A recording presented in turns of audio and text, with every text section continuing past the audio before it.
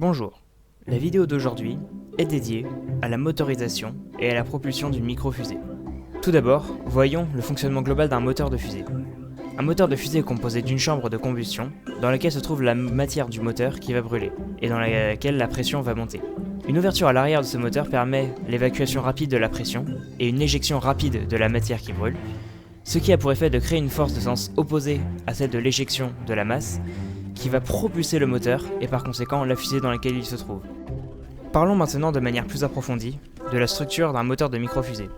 On trouve un tube, un réservoir, qui contient le carburant, un propergol solide, une substance qui en brûlant provoque cette éjection de matière. Dans notre cas, il s'agit de rocket candy, un mélange de sucre et de nitrate de potassium.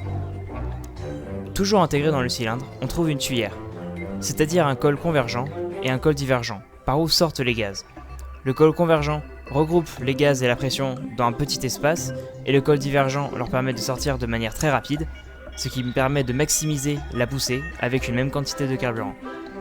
En haut du réservoir, on trouve un bouchon, pour fermer après avoir coulé le propergol dans le réservoir. Au-dessus de ce propergol, on peut potentiellement trouver un retard, une substance qui brûle lentement, permettant de ralentir l'arrivée des flammes jusqu'à une charge explosive constituée de poudre noire, dont le souffle éjecte le parachute et l'ogive située au-dessus.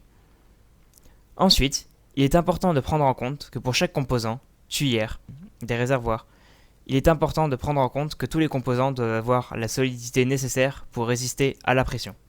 Voilà, c'est tout pour cette vidéo. Sur ce, je vous dis à la prochaine pour une nouvelle vidéo.